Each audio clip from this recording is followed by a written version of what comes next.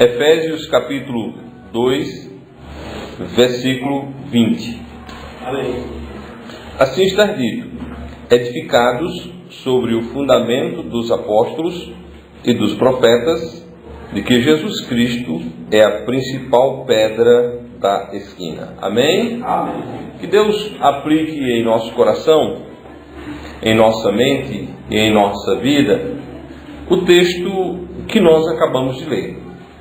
Meus amados irmãos, uma igreja do nosso Senhor e Salvador Jesus Cristo não é algo sem fundamento. Uma igreja de Cristo, o qual a Bíblia diz em Efésios capítulo 1, versículo 23, que é o seu corpo, a plenitude daquele que cumpre tudo em todos, não é algo sem fundamento. Nós temos um fundamento, que a palavra de Deus diz: fundamento dos apóstolos, fundamento dos profetas.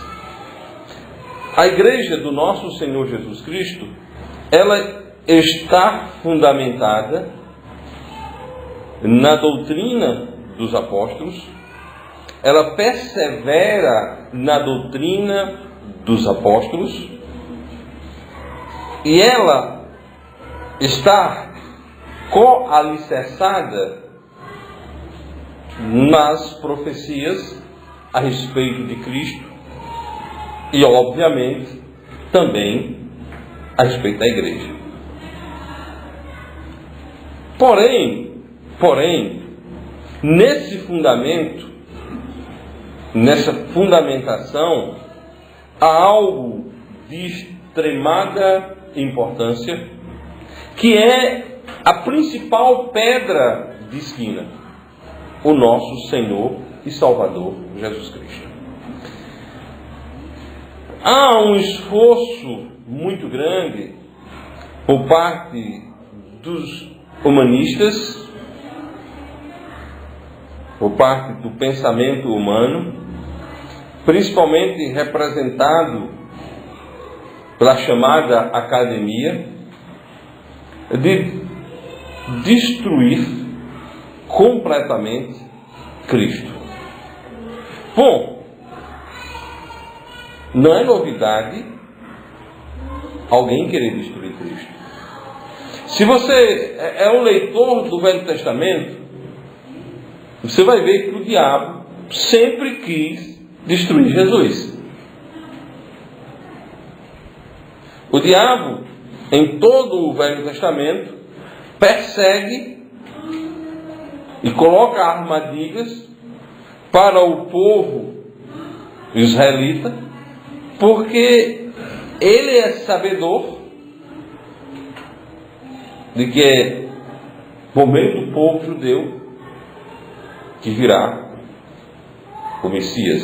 Eu estou dizendo que virá, porque eu estou olhando lá do Velho Testamento para cá, certo? Agora, quando o próprio Cristo nasceu, o que foi que aconteceu com ele? Ele nasceu na Judéia e ele teve de se deslocar para o Egito, porque houve um decreto real para que ele fosse morto, para que ele fosse executado. Durante a sua vida, antes de chegar o momento da cruz, ele foi sempre perseguido. Ele foi sempre questionado. Bom, não é novidade para ninguém, seja no Velho Testamento, seja no Novo, seja na história pós o Novo Testamento, seja na história advinda da Idade Média e pós-Idade Média, chamada História Moderna, seja na contemporaneidade. de se tentar destruir Jesus. Bom, este é um detalhe. Jesus é simplesmente indestrutível, amém? Por que Jesus é indestrutível? Porque Jesus é Deus. Jesus não veio brincar de alguém que gostava de morrer na cruz. Jesus verdadeiramente é Deus. E sendo Jesus Deus, não tem como destruí-lo. Não tem como acabar com Jesus. E obviamente, se não tem como acabar com Jesus, não acabarão com os crentes. Porque os crentes são resultados, os crentes são resultantes do trabalho direto de Jesus. Nós também, enquanto crentes em Jesus Cristo, não somos em momento nenhum dito na Bíblia como obra do acaso. Você não é um acaso. Você não é um crente por acaso. Você não é um crente por acidente. Você é crente porque Jesus Cristo resolveu salvá-lo. Amém? Amém. Você é crente porque Jesus Cristo resolveu salvá-lo. Bom, no capítulo único da Epístola de Judas, no versículo 4, diz o seguinte: porque se introduzirão furtivamente alguns, os quais já antes estavam escritos para este mesmo juízo, homens ímpios, que convertem em dissolução a graça de Deus e negam a Deus, único, dominador e Senhor nosso, Jesus Cristo. Eu estou citando esse texto para fundamentar a divindade de Jesus. Esse texto diz que Jesus Cristo é o único dominador e Senhor nosso, Jesus Cristo. Negam a Deus. Quem é que eles negam? A Deus. Segundo o contexto, quem é Deus? O único dominador e Senhor nosso, Jesus Cristo. Então, verdadeiramente, irmãos, Jesus é Deus. Bem próximo desse texto, na primeira epístola de João,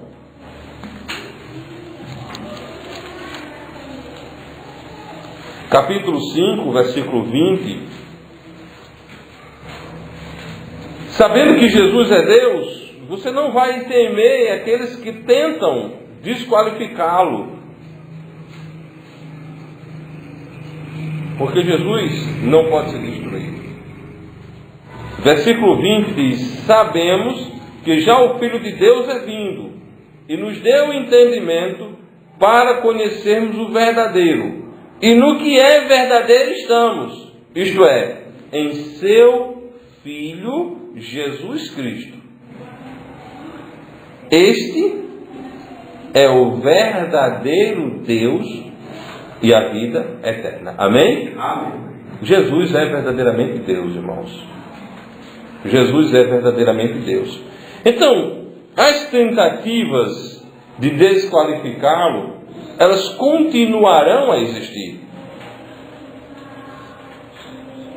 A história de Cristo, desde quando ele é apresentado enquanto profecia no Velho Testamento, já se mostra essa tentativa do diabo de anulá-lo. Mas ele é Deus e não tem como ser anulado. Bom,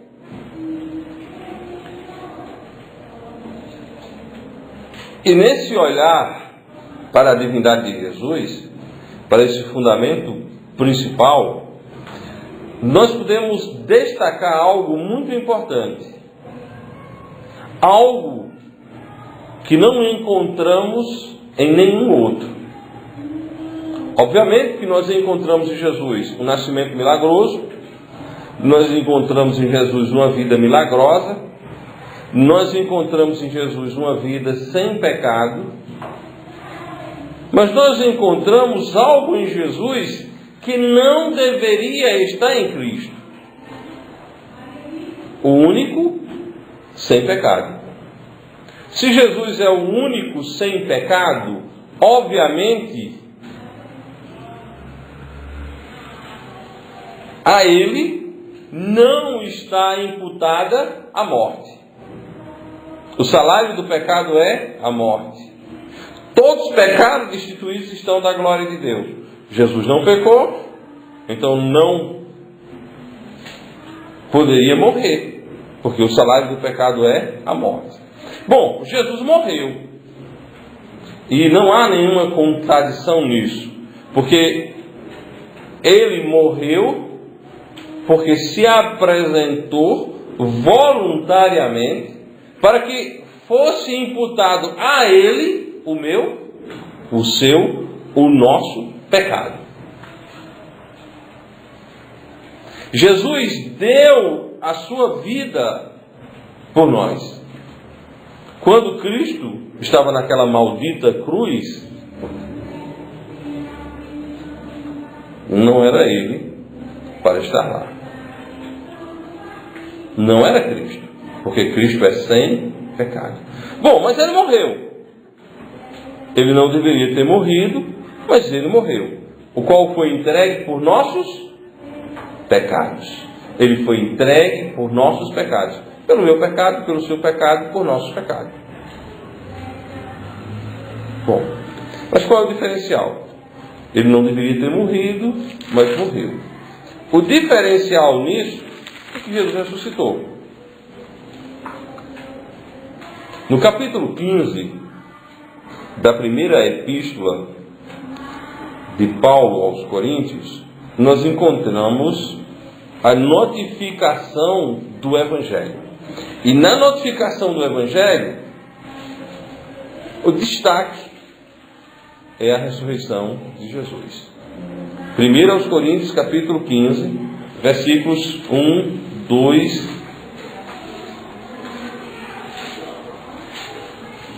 3 e 4. 1, 2, 3 e 4. Ou, simplificando a maneira de dizer, do 1 ao 4. Leiamos. Também vos notifico, irmãos, o Evangelho, que já vos tenho anunciado, o qual também recebestes, e no qual também permaneceis, pelo qual também sois salvos, se o retiverdes tal como vos tenho anunciado, se não é que crestes em vão.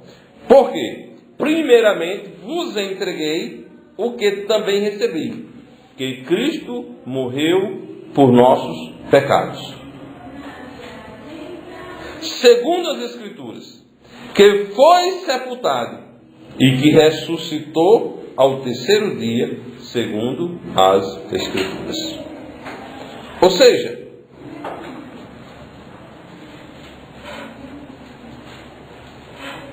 que Cristo morreu por nossos pecados. Ele não morreu pelos pecados dele. Ele não tinha pecado. Amém? Ele não tem pecado. Ele é isento de pecado. Cristo não morreu pelos seus próprios pecados. Cristo não necessitou, como os sacerdotes do Velho Testamento, de primeiro oferecer o sacrifício por seus próprios pecados. Ele, sem pecado, adentrou com o seu próprio sangue ao Santo dos Santos. Ele não fez oblação baseado em sangue alheio. Foi o seu próprio sangue. Foi o próprio sangue de Cristo oferecido naquele sacrifício. Bom, ele morreu por quê? Pelos nossos pecados. Ele não tinha pecado. Lá em Pedro, ele faz um link muito interessante ao mostrar que a nossa salvação, ela não foi adquirida com coisas corruptíveis. Não foi algo corruptível. Não foi algo que se corrompe. Não foi algo que seja passageiro. Mas algo eterno, o sangue de Cristo. capítulo 1, versículo 18 e 19, da primeira epístola de Pedro. Primeira epístola de Pedro, capítulo 1, versículo 18 e 19. Ele diz: sabendo que não foi com coisas corruptíveis, como prata ou ouro, que fostes resgatados da vossa vã maneira de viver, que por tradição recebestes de vossos pais, mas com o precioso sangue de Cristo, como de um cordeiro imaculado e incontaminado. Ou seja, como cordeiro imaculado e incontaminado, sem pecado. Amém? Amém. Ele não tinha pecado. Ele é perfeito. Cristo é perfeito, sem pecado. Cordeiro imaculado e incontaminado, sem pecado. Por isso que cá em 1 Coríntios, capítulo 15, versículo 3, ele diz que Cristo morreu por nossos pecados, segundo as Escrituras. Ele era incontaminado, ele não tinha pecado. Lembrando, a palavra de Deus diz: porque ao homem está ordenado morrer uma vez, vindo depois o juízo. Cristo não morreu porque está ordenado ao homem morrer uma vez, porque Cristo não tem pecado. Cristo se ofereceu a si mesmo em substituição ao mais vil do pecador. Ele deu-se por nós. Bom, Cristo foi entregue por nossos pecados. Eu gosto muito do texto de Coríntios, capítulo 4, de Romanos, capítulo 4, versículo 25.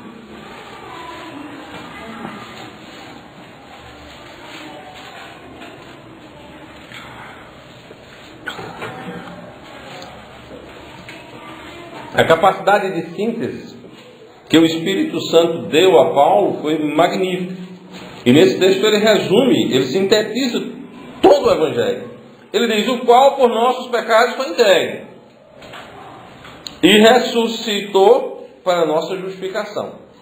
Mas lembrando que nós estamos olhando primeiramente no nosso fundamento, porque ele foi entregue por nossos pecados. Por nossos pecados. Você já parou para pensar que faz parte do plano mestre de Satanás, executado no mundo, na sociedade, que ninguém fala mais em pecado, nem os crentes falam mais em pecado, fala em erro, equívoco, engano. Então eu errei. Eu pequei. Ou seja, não se fala mais em pecado. Beber é pecado. Sexo antes do casamento é pecado. Mentir é pecado. Mas ninguém fala mais dessas coisas como se fosse pecado. Fala? Virou uma coisa muito normal. Sabe, irmãos, quantas vezes alguém vai ser salvo sem reconhecer que é um pecador? Nunca. Nenhum ser humano será salvo sem reconhecer que é pecador. Bom, mas se não existe pecado e a Bíblia diz que Cristo morreu pelos nossos pecados, mas não existe pecado, ele morreu por quê? Por uma coisa que não existe. Por isso que nós devemos ter muito cuidado com a nossa língua, o que nós falamos. Porque muitas vezes nós somos absolvidos, capturados pela linguagem do mundo. E nós falamos as mesmas besteiras que o mundo fala. E achamos normal. Normal não, pecado é pecado. Pecado é pecado. E pecado causa a morte. A morte é resultante do pecado. Da mesma forma como a salvação é resultante do trabalho de Cristo, a salvação resulta do trabalho de Cristo, o pecado causa a morte. É necessário que haja arrependimento. Mas se não existe pecado, como ocorrerá arrependimento? A promessa que Cristo fez da vinda do Espírito Santo indica que quando o Espírito Santo vier, já veio, ele convencerá o mundo do pecado, da justiça e do juízo. Então faz parte do plano mestre, do cão, do diabo, a eliminação, a exclusão da palavra pecado. Botou outra palavra aí, fulano está errado, fulano beber é errado, se drogar é errado, sexo fora do casamento é errado. É pecado. Pecado. E os nossos pecados fazem separação entre nós e o nosso Deus. Deve haver arrependimento de pecado. Sabe por que o sistema educacional é tão utilizado pelo diabo? Não tem nenhum biólogo no mundo, não tem nenhum cientista no mundo que prove que o homem é produto da evolução. Mas o que é que as pessoas ensinam nas escolas? Pega o livro de biologia, que está lá o quê? É evolução.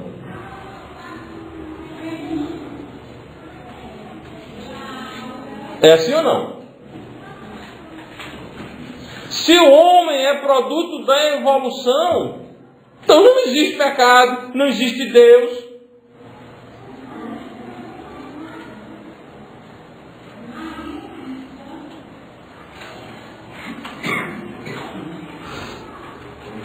Lembremos disso.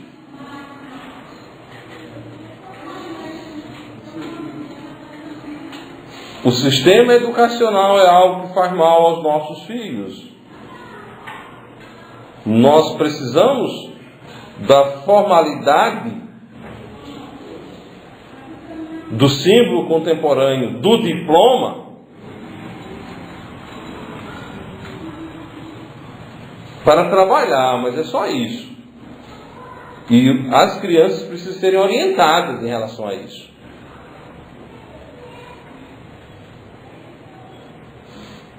Não é científica, não existe base científica, não tem prova científica de que houve evolução. Pelo contrário. Pelo contrário. Mas é do interesse do sistema de Satanás espalhar mentiras. O homem tem afinidade com a verdade? O homem natural tem afinidade com a verdade? Não. Tem afinidade com o quê? Com a mentira. A palavra de Deus diz que Deus é verdadeiro e todo homem é mentiroso. Alcançar as pessoas com a verdade é algo contra a natureza humana. Alcançar as pessoas com a mentira é algo que faz parte da natureza humana. Quem mais mente, mais adepto tem. É assim ou não?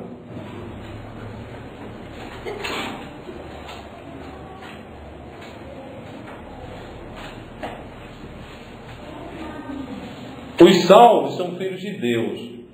Os que não são salvos, a Bíblia diz que são filhos de quem?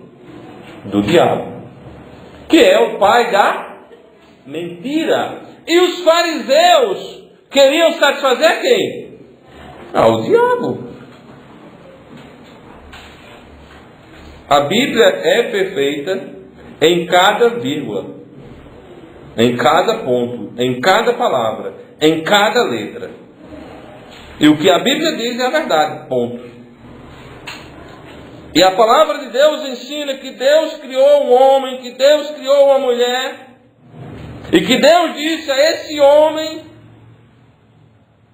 e a essa mulher que se multiplicasse.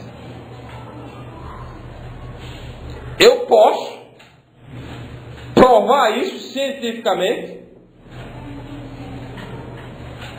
Um homem, uma mulher e uma cria. O que Deus disse lá, eu posso botar no laboratório hoje e provar. O que os evolucionistas dizem, jamais podem ser provados. Um rapaz casa com uma moça. Vou provar com o Nildinho e Giovanni. O Nildinho era um rapaz magro, tem até ele cantando um hino aí, certo? Aí ele casou com a irmã Giovanni. Aí o casal. Deus criou Nildinho, Deus criou Giovanni, o casal. Quando Nildinho e Giovanni vêm para a igreja, eles trazem quem? José e Maria Rita. Um homem e uma mulher procria. Amém? Deus disse. Deus criou um homem, Deus criou uma mulher. Bom, vamos voltar para cá que o assunto é outro. Só estou mostrando os ataques que são feitos à pessoa bendita do nosso Senhor e Salvador Jesus Cristo. Que não é feito só pela pirataria religiosa, não. É feito por todo o sistema. Por todo o sistema mundano. O que a Bíblia diz? Que o mundo inteiro está no maligno. Preste atenção nisso. Não abra brecha. Porque se nós abrirmos brechas, nós iremos destruir a nossa casa e também a Igreja de Deus.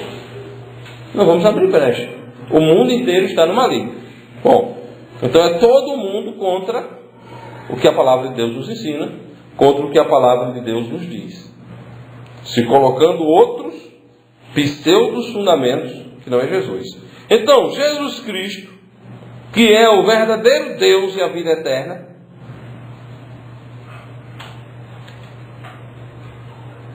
entregou-se por nós, o qual por nossos pecados foi entregue. Morreu por nossos pecados. Cristo morreu. Mas, meus amados irmãos, a morte não o sustentou. A morte não o segurou. A morte não o deteve. A morte não deteve o Senhor e Salvador Jesus Cristo. Verdadeiramente ele morreu. Não tem como negarmos a sua morte.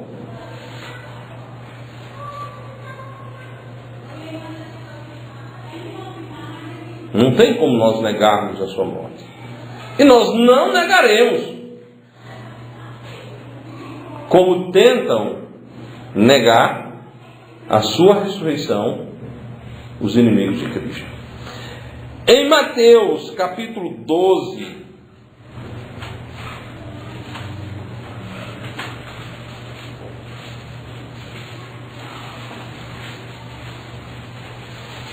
Mateus capítulo 12, versículo 40.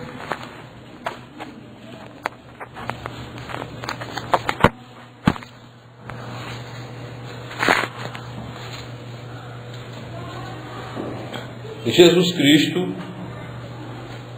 assim diz: pois Como Jonas esteve 3 dias e 3 noites no ventre da baleia, assim estará o Filho do Homem 3 dias e 3 noites no coração da terra.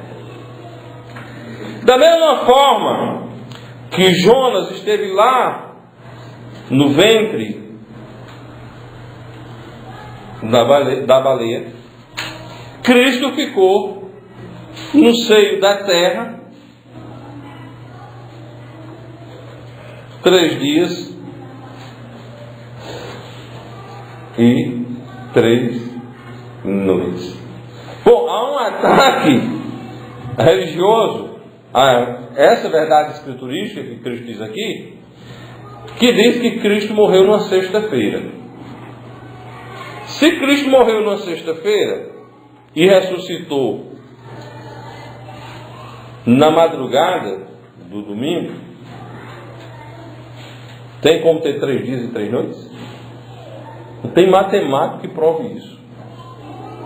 Certo? Na realidade, se você fizer o estudo, que nós não iremos fazer aqui agora, nesse momento, dos versículos que tratam da morte de Cristo, você vai descobrir que Cristo morreu em uma quarta-feira, exatamente às 3 horas da tarde.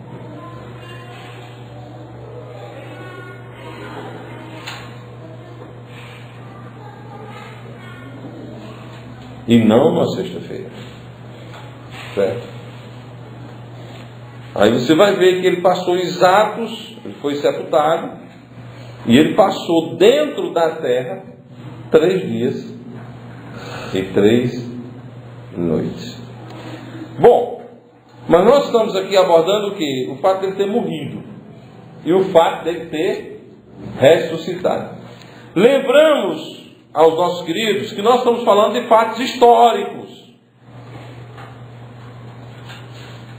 Nós estamos falando de fatos históricos. Nós não estamos falando de uma alegoria ou de uma invenção.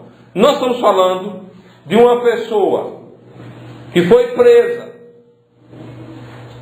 de uma pessoa que foi levada perante as autoridades, de uma pessoa que foi condenada, de uma pessoa que foi executada, de uma pessoa que foi sepultada e de uma pessoa que ressuscitou.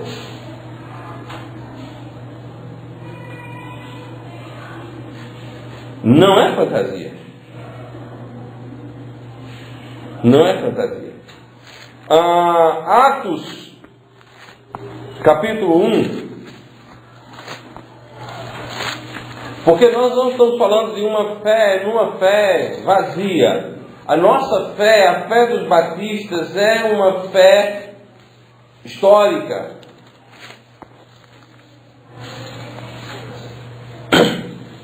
Atos dos Apóstolos é um livro escrito por Lucas, que é um médico crente, e olha o que ele diz. Versículo 1. Fiz o primeiro tratado, ó Teófilo, acerca de tudo que Jesus começou, não só a fazer, mas a ensinar, até o dia em que foi recebido em cima, depois de ter dado mandamentos pelo Espírito Santo aos apóstolos que escolheram, aos quais também, depois de ter padecido, ou seja, morrido, se apresentou vivo, com muitas provas infalíveis, sendo visto por eles por espaço de 40 dias, e falando das coisas concernentes ao reino de Deus. Esta introdução de Lucas em Atos capítulo 1 não é uma introdução de falácia. Ele está escrevendo a uma autoridade e ele está relatando fatos históricos. Então a morte e ressurreição de Jesus não é conversa fiada de crente piradão.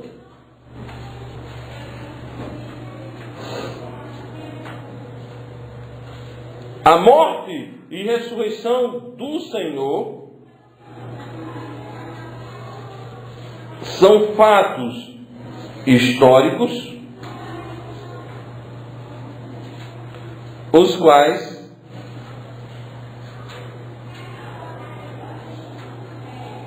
foram comprovados com provas infalíveis. 40 dias, num espaço de 40 dias, Cristo se apresentou vivo perante os seus apóstolos. Mais adiante, no relato de Paulo aos Coríntios, ele diz: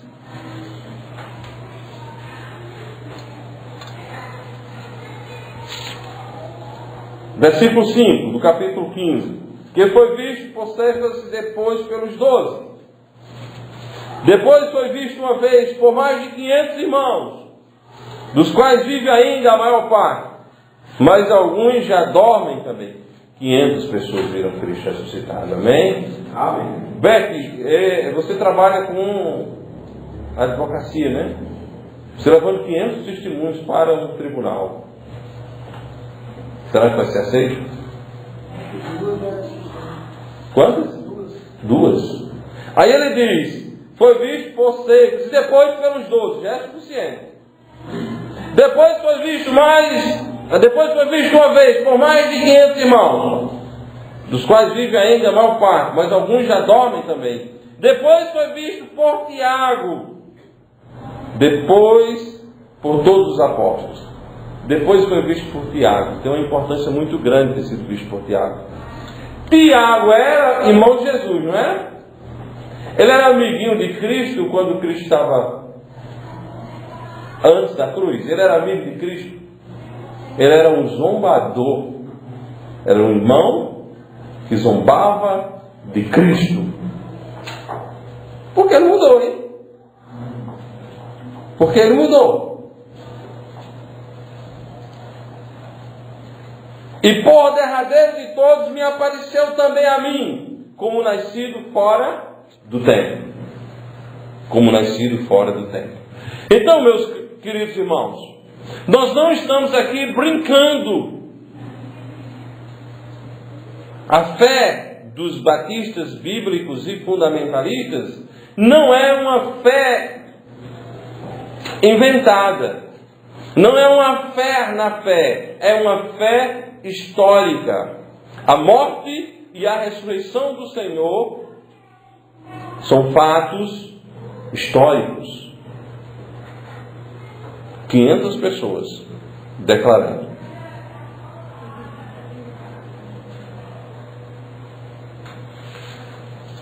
Existe um livro intitulado de Mais do que um Carpinteiro, que é uma leitura muito interessante, e nela o autor usa dessa argumentação como uma prova de ciência jurídica para a ressurreição do Senhor. Então Cristo ressuscitou, irmãos. Cristo ressuscitou. Ele não deveria ter morrido, mas ele morreu. Porém, a terra não foi capaz de detê-lo. 3 dias e 3 noites ele ressuscitou. Então, morreu por nossos pecados e ressuscitou para a nossa justificação. Pelo meu pecado ele morreu, mas ao ressuscitar ele me justificou. Morreu pelo meu pecado, mas ao ressuscitar ele me justificou. Amém? A nossa justificação advém da morte do nosso Senhor e Salvador Jesus Cristo. Voltando para 1 Coríntios capítulo 15, nós estávamos olhando a afirmativa proposta do capítulo 15, versículo 3, que Cristo morreu por nossos pecados, segundo as Escrituras. E para finalizar, nós precisamos destacar a afirmativa do versículo 4, e que foi sepultado e que ressuscitou ao terceiro dia, segundo as Escrituras. Jesus ressuscitou. Jesus não ficou no seio da terra, como ele disse. Ele deu o sinal de Jonas, 3 dias e 3 noites. Cristo ressuscitou para me justificar. Cristo ressuscitou para lhe justificar. A base legal para a nossa condenação é o pecado de Adão. E a base legal para a nossa justificação, para que os nossos pecados sejam remidos, é a morte de Cristo. No capítulo 3 da Epístola de Paulo aos Romanos,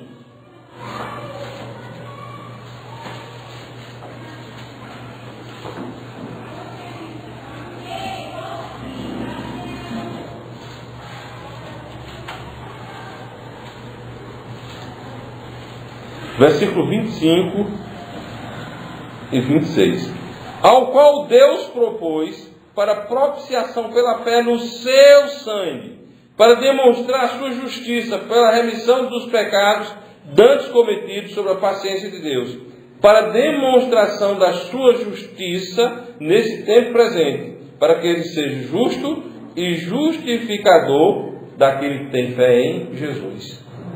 A morte de Jesus fez com que o seu sangue fosse derramado. Propiciação. A propiciação ocorre quando a vítima derrama seu sangue. Nós somos cobertos pelo sangue de Jesus. Sem a morte de Cristo, não haveria o sangue. Então ele morreu, derramou o seu sangue e ressuscitou para nos justificar. Entregou o seu sangue pelos nossos pecados, retomou a sua vida como prova de que o seu sacrifício foi aceito. E porque o sacrifício dele foi aceito, nós somos salvos uma vez por ele e salvos para sempre. Amém. Porque a nossa santificação advém da ressurreição do Senhor. No capítulo 1 da Epístola de Paulo aos Romanos, versículo 4 diz: declarado Filho de Deus em poder, segundo o Espírito de santificação, pela ressurreição dos mortos, Jesus Cristo, Senhor nosso. Declarado Filho de Deus. Se Jesus não tivesse ressuscitado, tudo o que fora dito a respeito dele não teria validade. Porém, ao ressuscitar, todas as profecias do Velho Testamento, tudo o que João disse, tudo o que ele disse, recebe o selo de mais pura verdade. Amém? Então, meus queridos, devemos agradecer a Deus por nos ter amado e por ter dado Cristo Jesus a se entregar naquela maldita cruz para pagar o nosso pecado, e agradecê-lo por ter ressuscitado, pois Cristo ressurreto, é a prova maior da nossa salvação. Amém? E amém. Que Deus nos abençoe, que Deus nos guarde e que Deus nos dê cada vez mais convicção e capacidade de pregarmos a verdade em Jesus. Amém? Amém.